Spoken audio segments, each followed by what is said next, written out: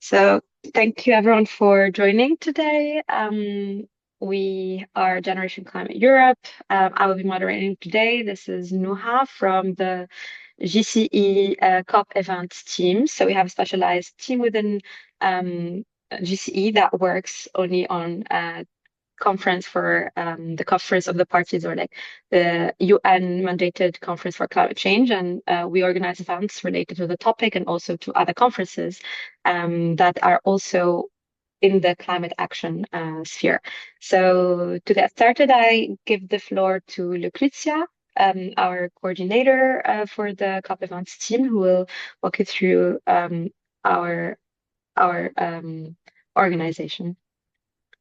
Thank you, Nouha. Can everybody hear me? I hope so. Yes. Yes. And so good evening, everybody.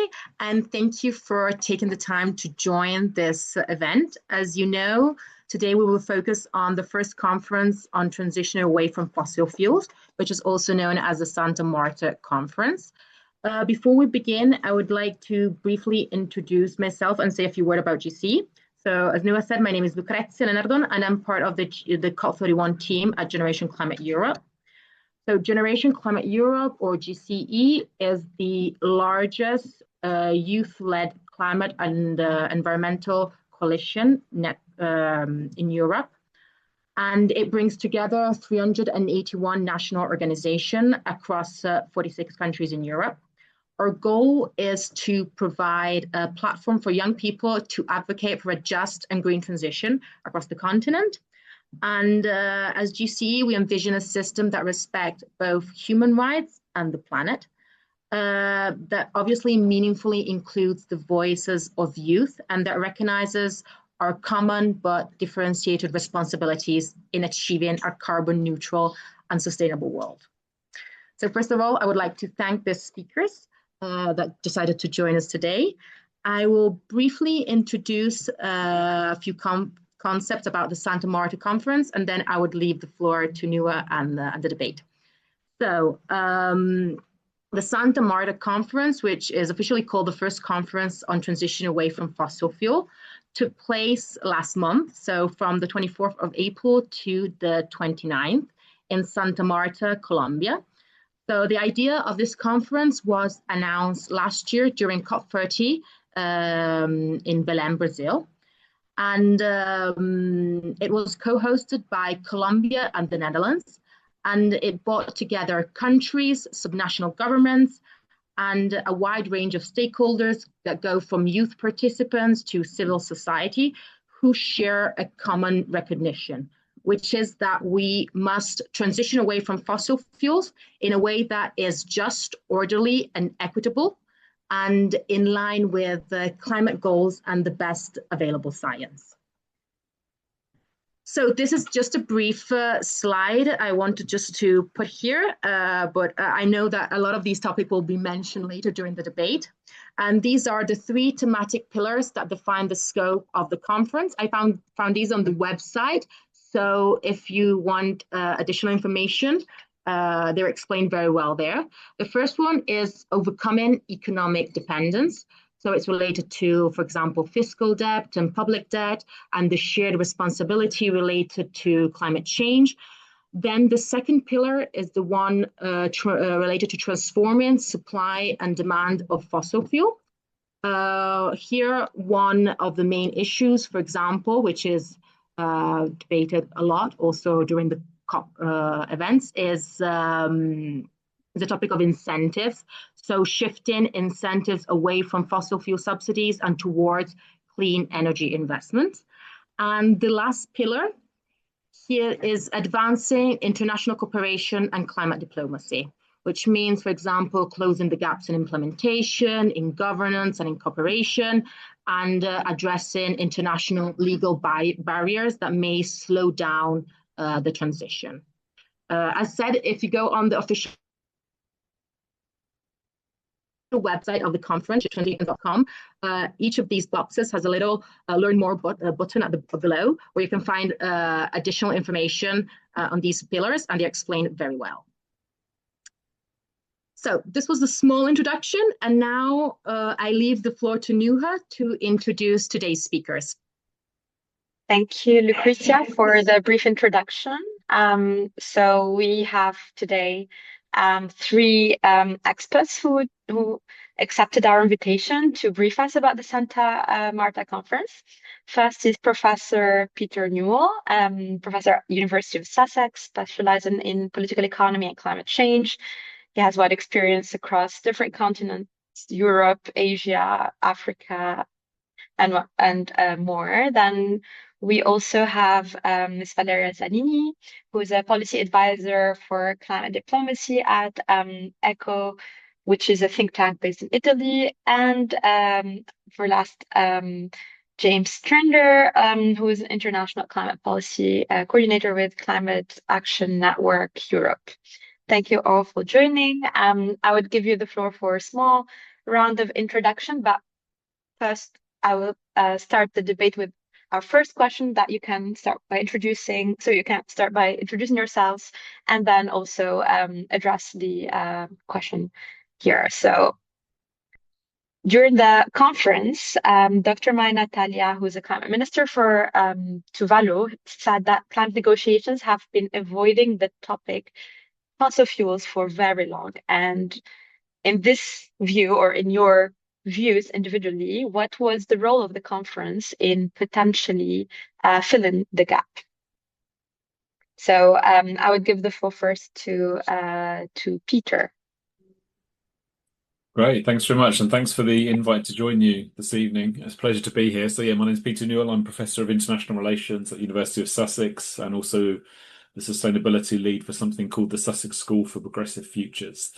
And I was lucky enough to be in Santa Marta, and I very much agree with this sentiment that the Minister expresses here, that for too long, in fact, for over 30 years, we failed to name the number one cause of the climate crisis in the form of fossil fuels. So it's about time this conversation took place, and I'm very glad that the governments of Colombia, Netherlands, and many others decided to come together to have this conversation, because it's clearly been silenced and kept off the agenda by very powerful actors that don't want to have this conversation about a just exit from fossil fuels. And that's no longer the case. And so that in itself, the fact that the meeting even took place is a huge achievement in a way. And the Earth Negotiations Bulletin, which many of you will be aware of, that does this sort of summaries and reporting from these conferences, sort of summarized it in that way, that it's obviously a truism that burning fossil fuels causes climate change, but it's a truth that's rarely spoken, ironically, at UN climate negotiations. We talk about their emissions, but not the sources of them. And this was the first conference to really try and build momentum for concrete solutions to end the era of fossil fuels, but to sort of dig into the economic issues and the drivers and the challenges, as well as the legal frameworks, and to think about this in a more systemic way, if you like, which is just often not possible within the climate negotiations. So I think that was one of the key contributions. And it just demonstrated, given the number of actors that were there from academia, indigenous groups, civil society, trade unions, and many, many others, it showed that sort of breadth and depth of desire to sort of advance this conversation, even if progress is being blocked elsewhere. And so the inclusive nature, I think, of the process was really important. And partly it was about building trust, right? There was scope to have more honest exchanges about these very challenging questions. Partly because there wasn't a specific text that was going to be negotiated at the end of it per se, and there wasn't money on the table, whereas, as we know, in the climate negotiations, climate finance is the number one issue. It's always money that it comes down to, and because that wasn't on the table this time, it meant that governments and the other actors that were there could have these freer, more open, honest, trust-building sort of conversations. And that allowed them to build this sort of what's been labeled a coalition of the willing, or a coalition of coalitions, because, of course, it's true that there's lots of actors and initiatives that are active in this space. We've already got things like the Powering Past Coal initiative, and we've got the alliance. We've got the Beyond Oil and Gas Alliance. There's the Clean Energy Transition Partnership. There's many of these sorts of phase-out clubs, or mini-lateral arrangements, as academics call them. So there's lots of things out there, but this attempt to sort of bring key actors together to have this conversation. It wasn't just a handful of first mover countries or the most climate vulnerable countries, although they were there too. represented at this conference was 1/3 of global fossil fuel consumption, countries representing that amount, and 1/5 of global production. So it was, there were Australia, Nigeria, Canada, some of the big actors were in the room and having these conversations. Importantly, it was also exploring ways to try and strengthen international cooperation, including possible development of a fossil fuel treaty, something I've been quite involved with. So that was part of the conversation. There wasn't agreement amongst everyone at all about that, but there were countries backing that and moving the conversation forward about what some of the gaps might be, given the obvious failure of the UN climate process to deal with this question of fossil fuels.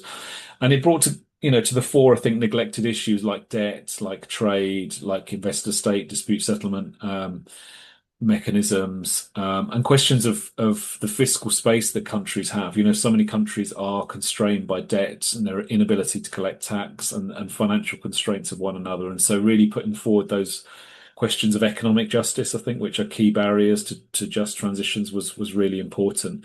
And I think Irene Vélez, the environment minister from Colombia that was sort of chairing many of the meetings, talked about the ability to address and name and hopefully deal with many key taboos in this area that we've just not been able to discuss previously.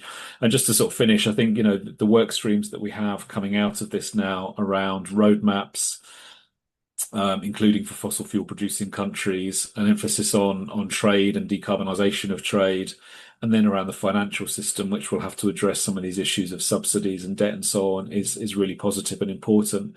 And there should be ways in which some of these issues can also move back into the climate discussion, which we can talk about a bit later. But that's my opening take on it. Thank you.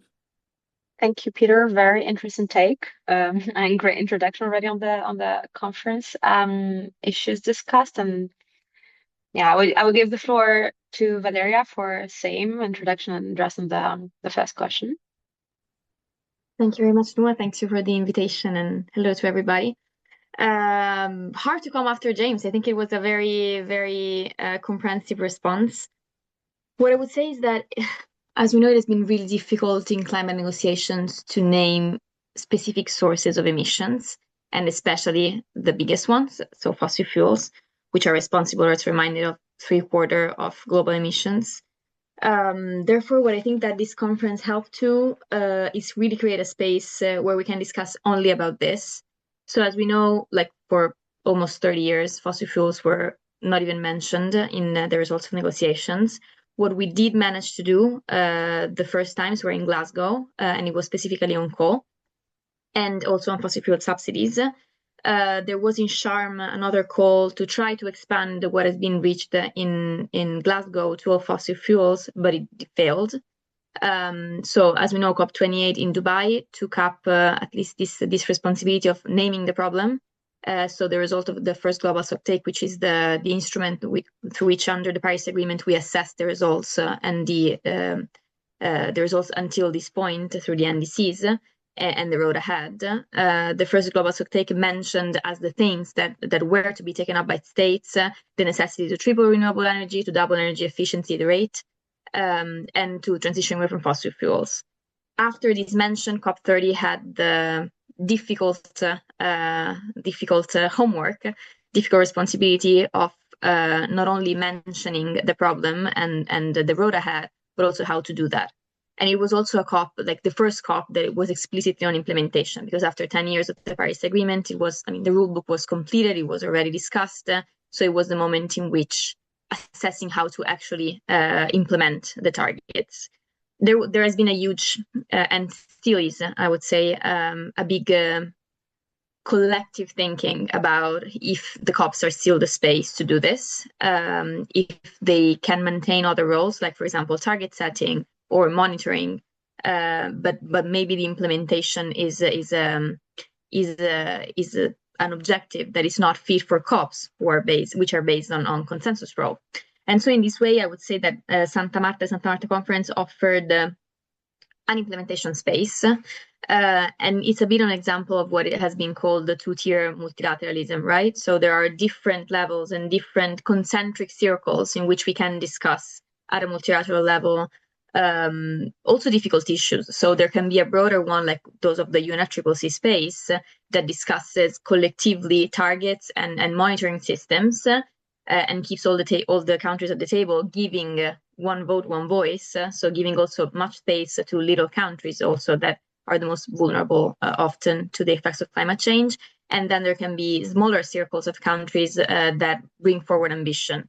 And this is what I think that what have been seen at Santa Marta. So the fact that there wasn't consensus, the consensus wasn't the rule governing the dialogues, and there was an open desire from the co-hosts to host a dialogue that was able to keep inside the contradictions, open the space to a sincere dialogue on the barriers that states, the countries are facing to actually phase out fossil fuels in a way that opened, and I think this is one of the main values, we can discuss it later, of this conference, that in time can really open a space for producer-consumer dialogues, and so for a coordinated approach to production and consumption and to the phase out of both. I agree with James that it was, thanks to this, it was a space where really taboos can be laid on the table and discussed in a collective, I would say, very useful way. At the same time, I also agree that maybe fights weren't openly there because there were no legally binding decision, and we knew it since the beginning, and there was no finance involved. But at the same time, I really think that the countries that were there were really relevant, and the discussions that they had have really the potential to create also a diplomatic space to discuss these topics in a meaningful manner. Thank you, Valeria. Thanks. I would like to know if James has also shares the same opinion, because I see here the point about the openness, the dialogue, the transparency, more or less, in this sphere. I would like to know if you do also share the same sentiment, and the floor is yours. Yeah, thank you. James Trinder here from Climate Action Network Europe. We are the leading umbrella organisation for NGOs fighting dangerous climate change in the continent, and of course connected to the wider global Climate Action Network with nodes across the world. And it's a pleasure to be involved today. So on the gap and filling the gap that the conference is potentially filling the gap, but of course Colombia and Tuvalu are among the leading highly vulnerable countries to climate change, and they are in fact leading the global fight against fossil fuel exploitation, and that's extremely laudable. And whilst we see many of the bigger emitters hesitating, these nations are showing up and trying to put forward the political leadership to protect people, their own people as well, and nature and future generations. I think what's interesting about this space, the UNFCCC, the COP space, has become quite technocratic and driven by emissions targets. This was much more about practical action, as we've heard from Peter and Valeria, concrete solutions, but also it was quite well led from the bottom up, with justice and human dignity being kind of front of mind, I think, as well for the Colombian leadership. Probably goes without saying, but countries on the front lines of the crisis shouldn't have to face this alone. The world should follow their example in accelerating a just transition away from fossil fuels. As we've heard just a moment ago, I won't reiterate too much, but this was of course a non-binding process at the moment, but we're building international pressure and momentum at a really challenging time in geopolitics, at a time where geopolitics is shifting dramatically. So we're building pressure and momentum in a very positive space, with actors from a range of sectors. I think they were referring to them as chapters, right, throughout the process. But we're building momentum towards something that could perhaps be a binding commitment, or put countries and governments in a more binding position to end fossil reliance in the future. We're trying to effect a systemic transformation, and that's where we've started this. And in Santa Marta, that's where we are. But of course, that transformation must be grounded in the experiences of people and guided by the principles of equity and justice. And those ideas and principles have been hard fought over generations in the multilateral system, including through the UNFCCC and milestones such as Rio, Kyoto, the Paris Agreement.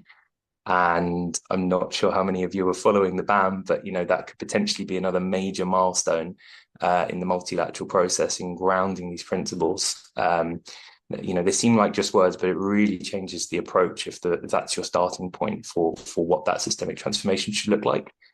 For me, I think Santa Marta is the starting point for a new higher tier of climate diplomacy and a space where we can formulate the tools as government actors, as civil society, as academics, as think tanks that can formulate the tools and coalitions we need in the future to ultimately end fossil fuels. And to achieve this outcome, I think it's really important to remember the two principles I mentioned, and to make sure that the leadership that we've already seen from the global south and the most climate vulnerable communities, make sure that leadership is maintained, protected, foregrounded at every opportunity.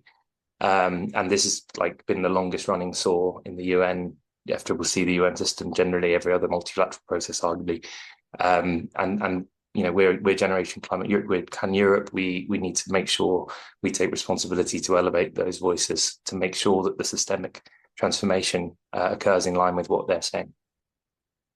Thanks, James. Thank you. I totally agree that maybe the main particularity is the bottom-up approach when it comes to Santa Marta compared to Just Transition Work Program dialogues, for instance. The next question is also another round for each of you, and it's what, in your opinion, is the most important issue that has been discussed during the Santa Marta, and why would you define as such? So back to Peter. Thank you. Yeah, tough question, because there were so many really important issues raised, and we've touched on some of them here, and I think some of them around economic justice were key ones. But I guess I'm also a bit biased here in saying the discussion around international cooperation I think was really important, because obviously it's very hard to have that conversation within the context of the UNFCCC process. And yet in this space we did hear more and more calls for a new instrument, and the fossil fuel treaty in particular. So I was lucky to have the privilege to present some legal work we've been doing to the 18 governments that currently support the treaty, but also there were a number of other governments that are considering supporting the treaty, from Malawi, Kenya, Ghana, and so on, and Panama. And many of them, in the plenary session, spoke out in favour of such an agreement. Some talked more generally just about the need for strengthened international cooperation and provisions for phase out that would be legally binding. But others named the treaty per se. Now, again, there was some division on this, and some countries spoke explicitly against the need for an alternative international agreement.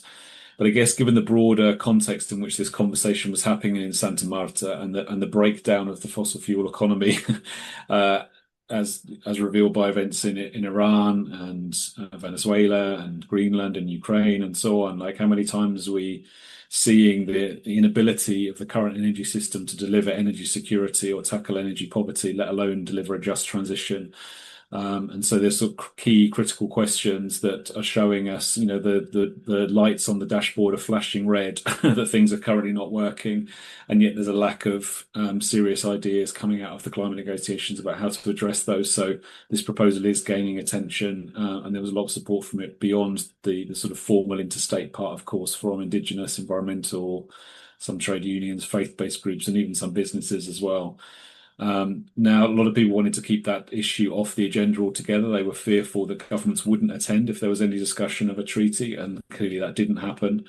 But that conversation has started, and I think it has to be part of the process going forward. The challenge now, of course, is how to align and coordinate effectively, and I think there will be a coordinating mechanism going forward to do this, to think about what each of these different initiatives that we have, such as powering past coal and beyond oil and gas, and the other ones that I mentioned, how they can strengthen one another, not duplicate, and build creative linkages and build momentum in a similar direction rather than compete with one another. So that struck me as one of the sort of key issues, and potentially one of the sort of key achievements of the conference in enforcing that issue. Very interesting. Very, yeah. The overlap, I would say, the overlap of mandates. So, Valeria, what would be one issue if you would pick one? So I agree that one of the I think that the key strengths of this conference was really to keep on the table many of the most important issues that we need to face when we discuss the tough and so transition away from fossil fuels, especially the hard ones. So the ones that even don't even get mentioned in the space of COPs. So agree with Peter on all that relates to the international cooperation needs.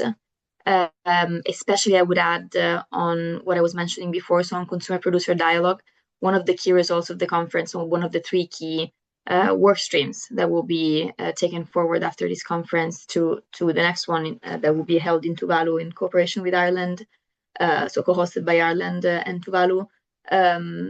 One of the three work streams is based on cooperation between consumer producers through the whole value chain. So the aim is also to address the part of related to trade. And I think this is extremely important if we think, for example, of Italy. Italy is a major fossil fuel importer. If we take Algeria as an example, Algeria is one of the main exporters to Italy, and it exports gas.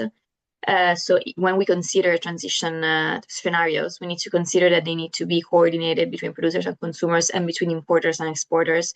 Because if we just focus on the importer level, so on the producer side, the result might be that countries got stuck in stranded assets and got stuck in economic systems that are based on fossil fuel export revenues that in time when the demand will slow down, will have huge economic problems. And these economic problems will also get down to social problems, because the social pact in many of the countries that are biggest fossil fuel exporters, especially in the global south, is based on the fact that many, for example, fossil fuels uses are subsidized. A huge amount of people is or working in the fossil fuel sector or has works in the public sector that are paid through fossil fuel revenues.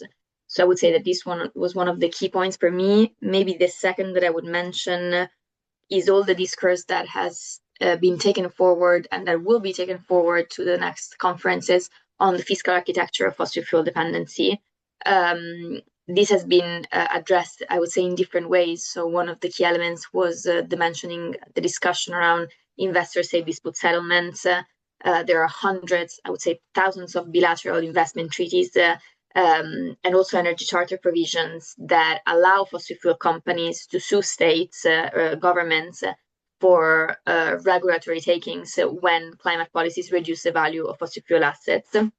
So this is one of the key barriers for many countries to introduce more ambitious policies on fossil fuel phase out. But also under this big hat, sovereign debt exposure. This is one of the key elements for many developing countries to phase out fossil fuels. Because, of course, many of the sovereign debt instruments have credit ratings and repayment capacity that are tied to fossil fuel revenues. So I would say this was very important. And maybe as a last point, there was a mentioning also of the whole subsidy architecture. And it is one of the main takeout also to the next conference, to have transparency on subsidies, the fossil fuel subsidies that are existent in the different states that are part of this conference, to have I would say a clear mapping going towards the next conference of where the money flowing and what can be reshuffled to other end users. Thank you. Thanks. Then we got three important issues for this. I give the floor to James. Same question. Thanks. Yeah, hard to pick, but I'm going to go with the supply side action in cooperation with consumer nations. So essentially, yeah, it's when we speak to EU decision makers, they don't like to talk too much about supply side, closing fossil extraction projects. And of course, as we just heard, this has intense links with the global trade and investment system. But I mean, putting an end to fossil production at source and ensuring that countries that do it first experience preferential partnerships, regulatory influence, access to the EU market for their homegrown like green exports is surely the way forward. And I think, yeah, the ISDS kind of fell through the gaps a little bit, but I think this is a really important piece that it means, you know, essentially this should mean putting an end to ISDS and EU trade deals. That's a really concrete outcome, because as you just heard from Valeria, these are basically tools that are being used by fossil companies to sue progressive governments in the global south for daring to touch their fossil investment. And I think domestically for us in Europe, cutting through that and making sure that UK and EU headquartered banks, investment vehicles and companies are strongly disincentivized by their domestic regulators when they choose to invest in fossils or other destructive and inequitable practices, basically. That's the other end of the equation. You know, for example, through fossil fuel profit taxation, or yeah, I mean, there's a whole range of ways. And I just wanted to make one quick plug as well for a forthcoming report in a couple of weeks called Banking on Climate Chaos, which will be published in early June and will basically set out a lot of data about the financial institutions that are profiting most from this. Interesting. Thanks for sharing. So this Banking for Climate Chaos report is going to be shared on which websites or channels that we can? So it's published by a range of organizations. One of them is definitely Oil Change International. Yeah, there was one in 2025 and previous years as well. It's called Banking on Climate Chaos. It'll be out in a couple of weeks. Thank you. Thanks, James. Just a quick point to our audience. So if some of you have questions already to our speakers, feel free to write them in the chat or to raise a hand, and then we would be happy to take them as we go through the next parts. Back to Valeria. So through your work with ECCO, we know that you have been also familiar with a new international panel that has been established and that you're also following on. It's a science panel for global energy transition that will be supporting basically countries in addressing their transition challenges. Why do you think this type of initiative is important, if you do think so, and how will this differ from the IPCC, the Intergovernmental Panel for Climate Change? So I think that this initiative is very different from the IPCC, and it's very targeted to respond to the needs that have emerged in Santa Marta. It was actually, it will be led by Johan Rockström and Carlos Nobre, two of the main climate scientists in the world. And it was actually requested already at COP30. So it was a discourse that was already going on with Rockström from COP30. The idea is to have a panel that is, I would say, that has 2 or 3 main differences with the IPCC. First of all, that it can deliver more fastly the data needed, so it can be more flexible. As we know, the IPCC has the very ambitious aim of covering all that we know about climate science in the different geographies and in the different sectors. It produces reports every 7 years. It's assessment reports, so it's different cycles. And so the mandated scope of the IPCC is broader, but it's also not targeted to something specific, while the new science panel for global energy transition will have as a very narrow scope on transition pathways from fossil fuels, with an emphasis on operational guidelines. The second point that I think it's different after the mandated scope is the approval process. So the IPCC has been stuck often, especially in the difficult bits, by the fact that the document that is read by the negotiators and the policymakers need to be approved. And so there are some elements that have been diluted in their scientific solidity through this approval section, while this new panel will not follow that procedure. And this is one of the key elements that also Carlos Nobre has underlined in many of the interviews that he made. So it is designed to be structurally independent in its mechanisms of production of knowledge. And then, as I was already mentioning at the beginning, I would say third point on the speed and on the operational focus.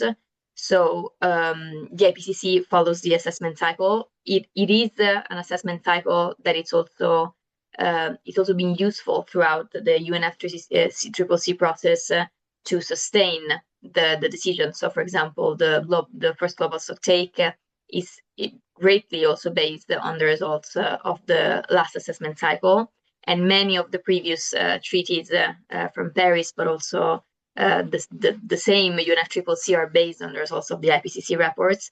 At the same time, when we talk about transitioning from fossil fuels, as we have already been mentioning here, is the fact that each country has different barriers. And therefore, the idea of this panel is to really produce assessments that are national based and that are yearly, and that produces data and scenarios for each country, assessing the different resources, capacities, and barriers that they face. There will also be, as I would say, as an extra, a focus on the production side that already James was mentioning before, and I think it's really valuable in the conversation.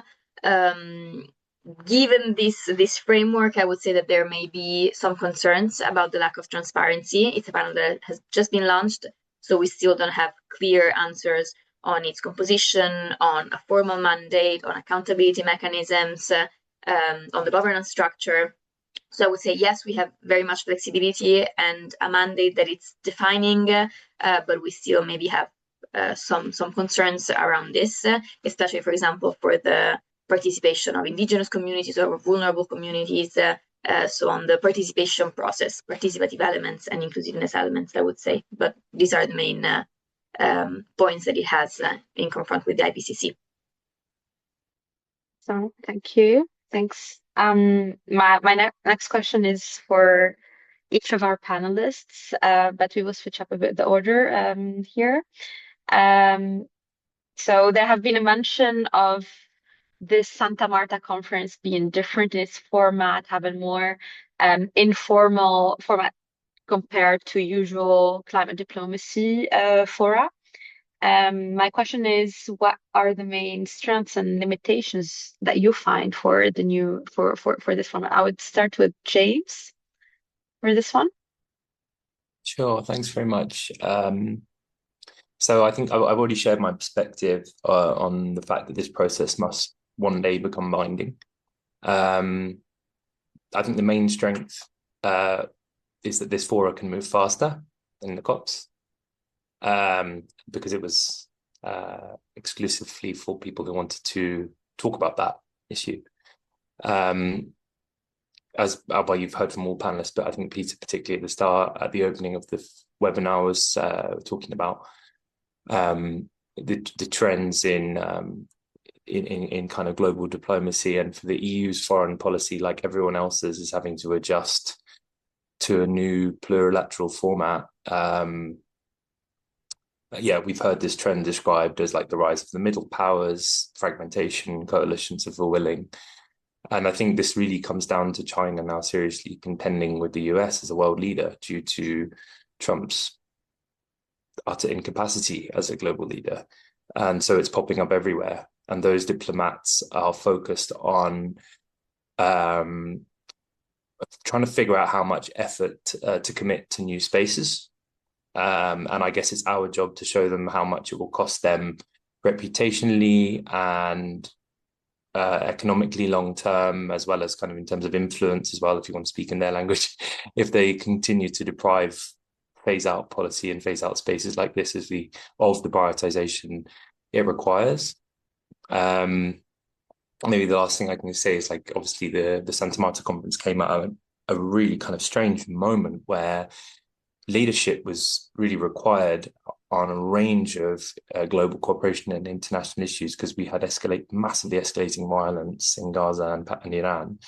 And,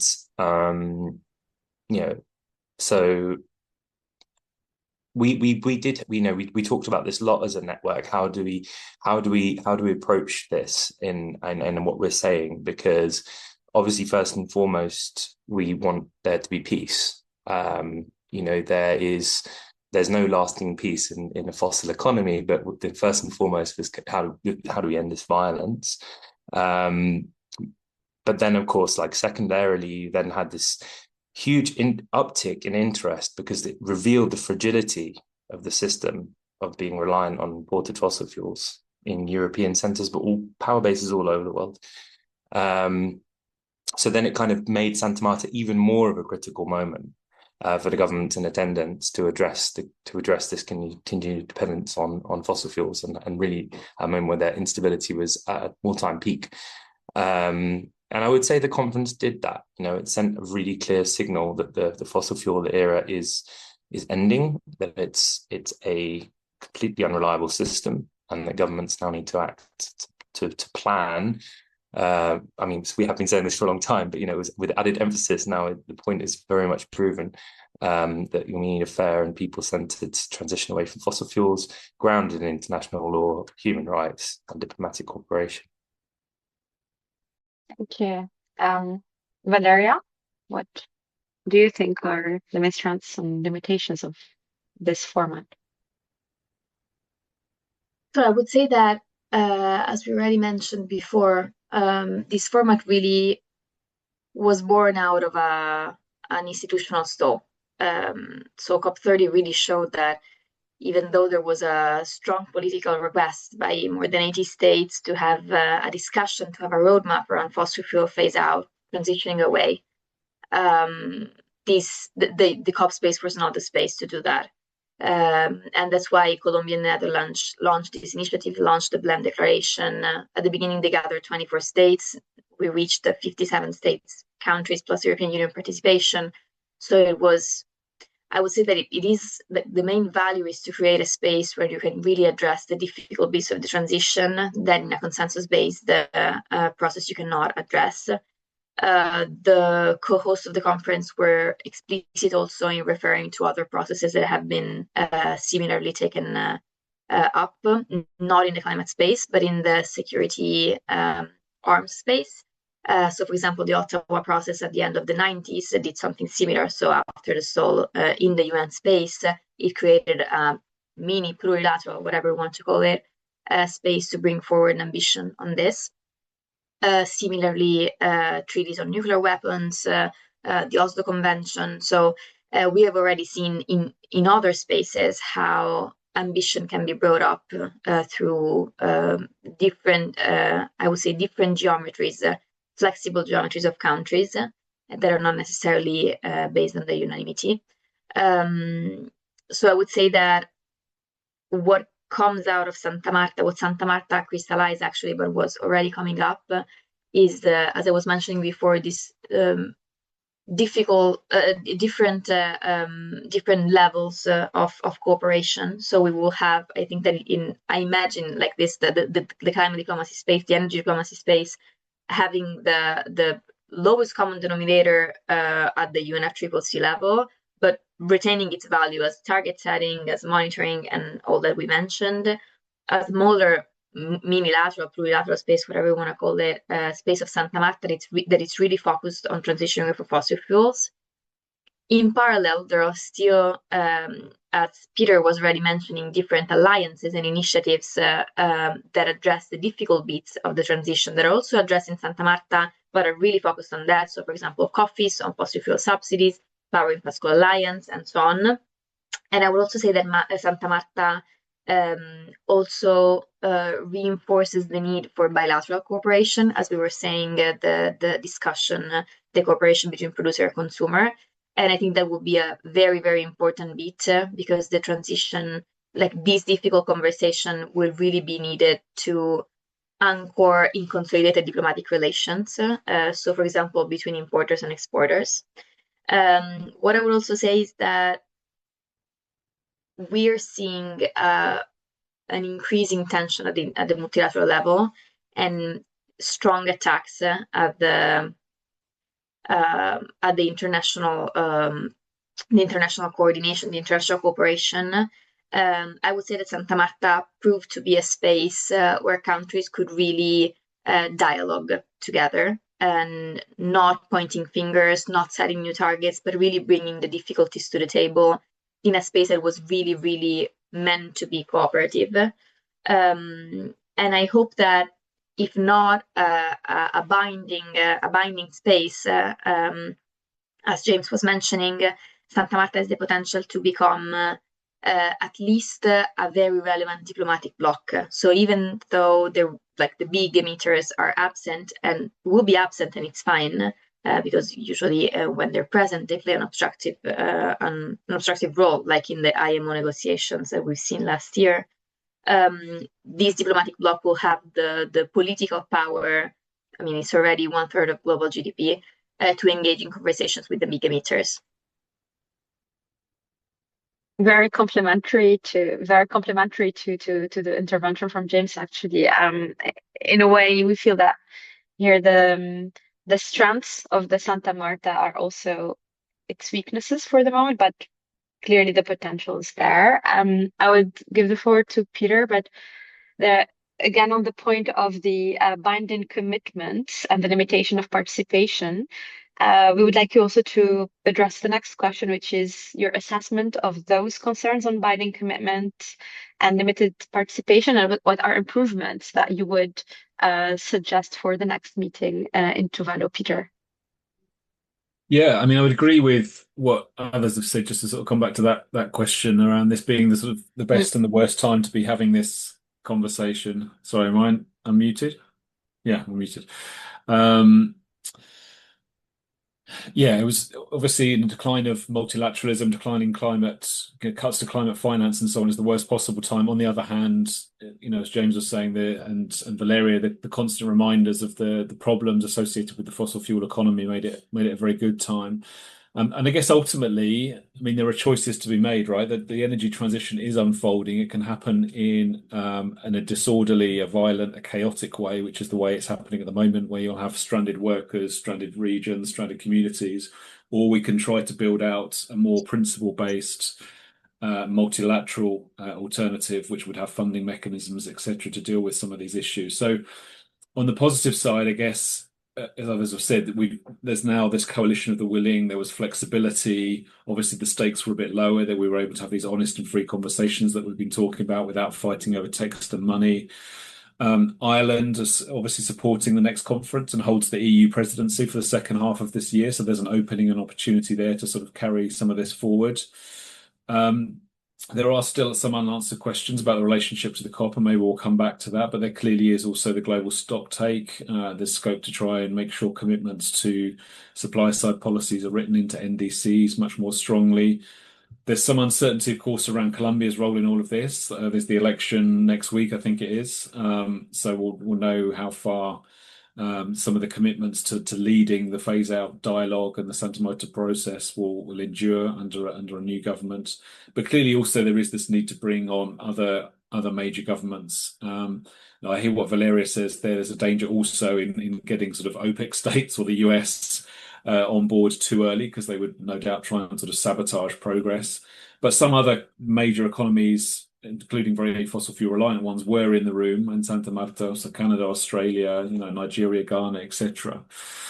And really, this question about the binding nature of the commitments, I guess it was never going to be about that, and that was important in a way. And that's true of most negotiations. If you think about even in the climate space, the INC, the intergovernmental negotiating committees that came before we even had the UNFCCC, it was never explicitly upfront about binding commitments. Those come further down the line. So it's important to keep it fairly open and broad and non-threatening, if you like, in these initial conversations. And if we had insisted on binding commitments coming out of this very first summit, many governments might not have attended. But key ones did, as we said.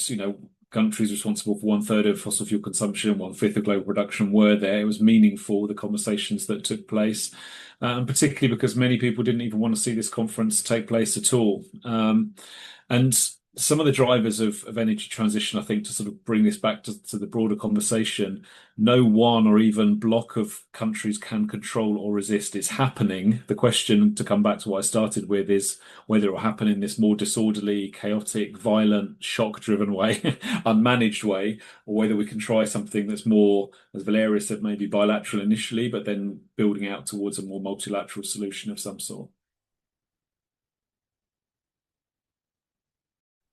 Thank you. Thanks. I would like to invite maybe the audience if they would have questions now. We are getting towards the last round of questions, so it would be questions, apologies. So that would be also your chance to raise your questions to our panelists. Next question is related to what has been mentioned by Peter about the coalitions that are still existing within the Santa Marta Conference, and it is addressed to Valeria and James. So what position did the European representatives take during the Santa Marta Conference, and what are your opinions on that? Valeria, the floor is yours. Thanks. So I will begin saying that there was a satisfactory, but I will leave it to James if agreeing or not on this. But it was good participation by the European Union side. There were 14 member states, major member states, plus the European Commission represented by Hoekstra. And it was not given at all. At the beginning, Colombia and the Netherlands thought of a stricter participation, so only for countries that have demonstrated higher ambition. So, for example, it didn't invite in the first place Italy. Then they decided to enlarge also to states that have been, I would say, have taken controversial positions in the past. And they were there. And I think that it was a really good choice by the co-presidencies, because even states like Italy, that usually take positions in this international fora that are just reiterating the need for gradualism, to respect technological neutrality, and usually bringing forward solutions like biofuels or CCS. In this space, Italy also presented itself with a more ambitious position and more cooperative. Of course, with internal contradictions, because the position at the international level represented by the climate envoy were sustaining this international space, sustaining momentum on fossil fuel transition phase out. At the same time, at national level, Italy has huge problems in its fossil fuel transition. Just as the most recent, in February, before the Iran war, Italy presented an energy decree that was basically proposing to subsidize electricity production from gas to reduce the impact on the energy prices. This has been the opening to also put in discussion the whole ETS system, so the emission trading system at the European Union level, that fortunately the Commission pushed against, but still, this is just to mention one of the things that makes Italy's position contradictory. But at the same time, I do believe that these international initiatives can also play a role in hiring the ambition of the states at the domestic level. So I would say that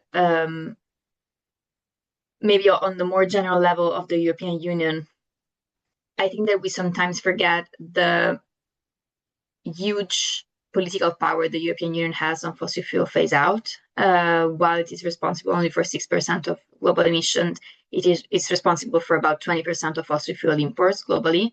So I would say that this is also the occasion, and I think it's one of the main elements also that emerged in discussion.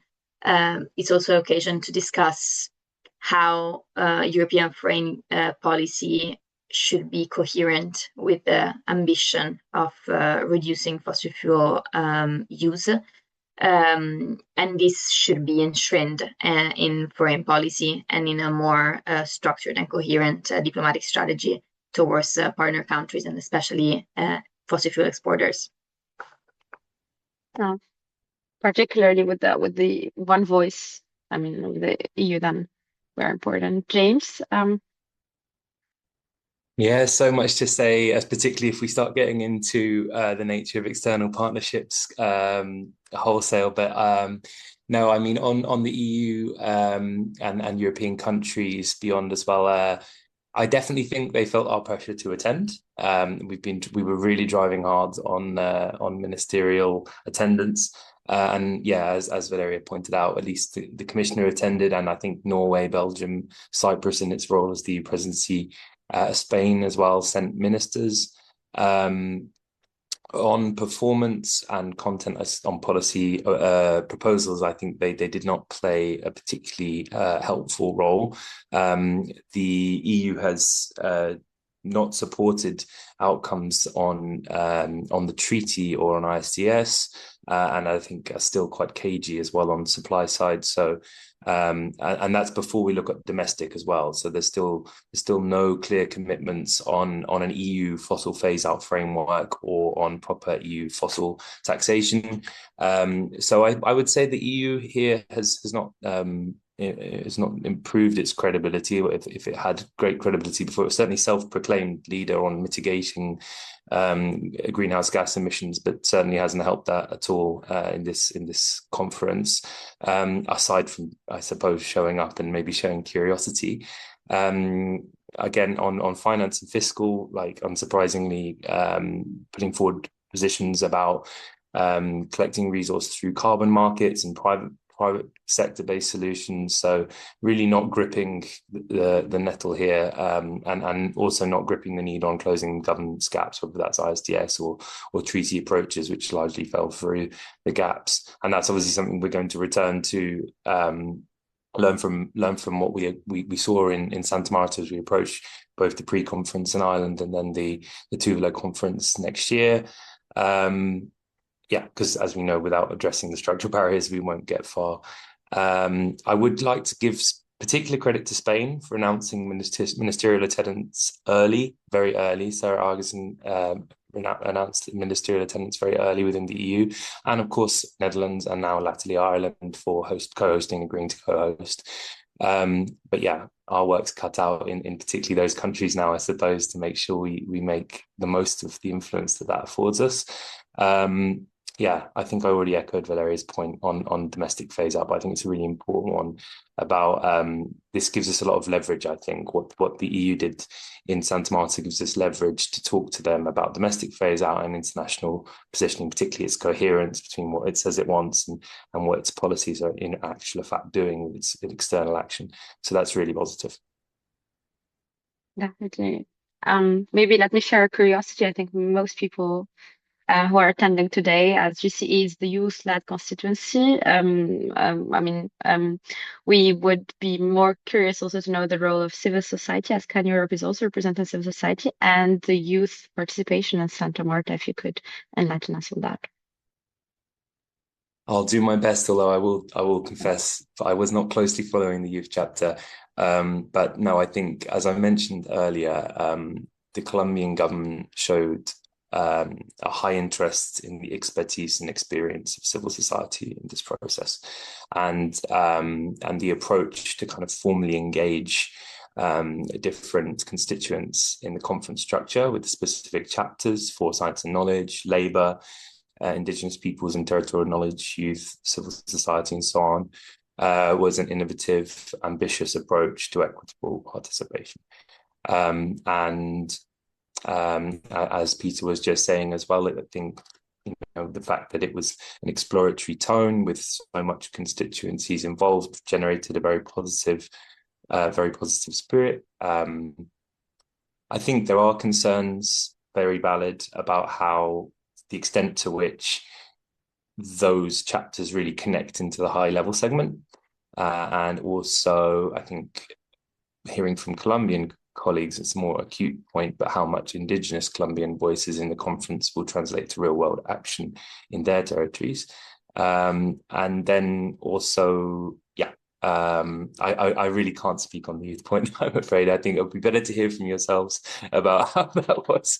But yeah, we're seeing obviously lots of positive dynamics, whether that's treaty dynamics, fossil taxation, subsidy reform, ISDS, flowing into the high level process, which is encouraging and would indicate some some connection between the two. But I think these are my thoughts on the role of civil society in the conference. Perfect. I think the point on youth, I think, is transversal. So in any case, we are civil society actors as well, and then that also covers. Last question is to Peter. So what topics that have been discussed already during Santa Marta that would pop up into actually formal climate diplomacy, COP31 possibly? Yeah, it's a good question. I mean, I think similar issues will arise in both fora, as in on the climate side, and then on the Santa Marta side, or the TAF process as it's being called. But I guess how they can be discussed and who discusses them will differ. So the openings, I guess, on the UNFCCC side are the roadmaps, obviously. NDCs, nationally determined contributions, and scope there to try and really push for limits on production and an explicit mention of supply side policies, which can be bans, moratoria, phase outs, but also fossil fuel subsidy reform, restrictions on fossil fuel finance, etc. The stock take again is another moment, another opportunity, another venue, if you like, to try and push these sorts of issues. And really making sure that side of the equation is in there rather than the way governments are currently approaching it, which is talking about support to renewables, but not really the other side of the equation, which is explicit cuts to fossil fuel production. I think encouragingly, coming out of Santa Marta was this, what some people are calling a coalition of coalitions in the form of this steering committee, which is going to consist of countries that lead existing coalitions. And I'm imagining that will be things like BOGA and Powering Past Coal, etc., and SETP. But also the incoming and outgoing conference co-chairs, so Netherlands, Colombia, and now Tuvalu and Ireland, I guess, so that there will be this sort of consistency across conferences. So there's a sort of mechanism for taking this process forward, but also feeding into the climate negotiations. And of course, many of the people that are involved in the climate negotiations were also at the Santa Marta conference. So it's the same people discussing similar issues in slightly different ways. I guess on financing, as we've discussed, Santa Marta raised these really tricky issues that are often neglected on the climate side in terms of debt and tax and ISDS. There's some of these real concrete barriers to transition, which are harder to discuss in the climate negotiations. But they won't go away. And ultimately, I think whether it's around just transition mechanism on the climate side or other spaces, though these issues will have to be addressed, the sort of narrower focus on climate finance and the role of MDBs or the Green Climate Fund will only go so far. Southern countries, want to have these broader conversations about economic justice, and I think it's been good that many of them have been aired in Santa Marta. So yeah, the WHO, obviously, as we've seen, is this growing array of actors working in this space, and there needs to be some coordination between them, and hopefully Santa Marta can encourage that. But I think there are these sort of concrete openings and opportunities and moments where there can be this translation back into the sort of COP process if the will is there, and I'm hoping that it is now. Thank you, Peter. Thank you, Valeria. Thanks, James. Thank you all for taking the time to join us today, bringing in different areas of expertise, bringing in different perspectives on Santa Marta and on the steps forward. Lucrezia, would you like to add a point in here? I think I want also to thank all of our three speakers for such insightful contribution. I thought all the discussion was very interesting, bringing up this different perspective and different ideas from people who were actually on the ground in Santa Marta. And I don't know if there are any questions from the audience. But we are practically in time because the event was from 6 to 7:15. So if there are no questions, maybe we could also close it here. But before that, I just wanted to share, just 1 second. Let me share the screen again. Can you see it? It's I just wanted to thank everybody for joining this event. And as COP31 team, we are going to organize, since COP31 is going to be here in a few months. We're going to organize other events in the following months. So if you follow us on social media, from Instagram to LinkedIn, you can keep in touch with us and see the next events we're going to organize. And if you want to organize an event, or if you have any ideas, you can also contact us at our email, which is copevents@gceurope.org. So just wanted to share this contact information, since we'll be working on climate diplomacy and COP31 in the next few months. And thank you all again. If there are questions, I don't see questions in the chat, but I think I'll thank you again for being here. Thank you, Lucrezia. I believe there were no raised hands or questions in the chat section. So with that, I would stop the recording. Thank you all again for joining. Wish you a pleasant evening, and see you hopefully in COP31. Thank you. Thanks, Kira. Thank you very much.